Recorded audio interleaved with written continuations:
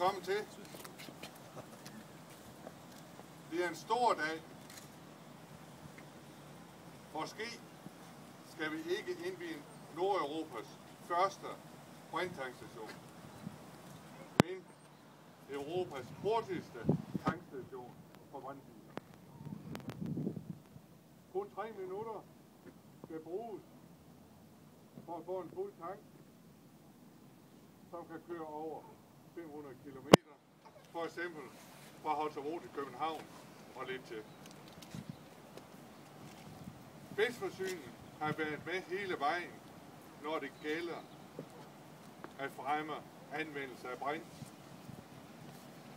Fordi vi tror, at brinten vil spille en stor rolle i fremtidens energiforsyning. Brint er meget klimavenlig, især når den produceres på overskudsstrøm fra vindmøller. De meget store mængder vindmøllestrøm, vi får i fremtiden, giver behov for at lagre energi.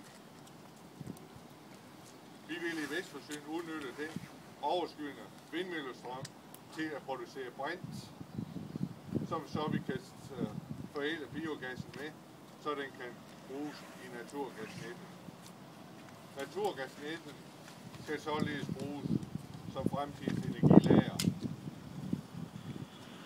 Ved at gå foran får vi selv uvurderlig viden, og vi håber selvfølgelig også, at vi med satsningen kan tiltrække arbejdspladser og forskning til Vestjylland. Med åbningen i dag har vi skabt fundamentet. Nu vil vi gerne se flere biler. Vestforsyning står ikke alene.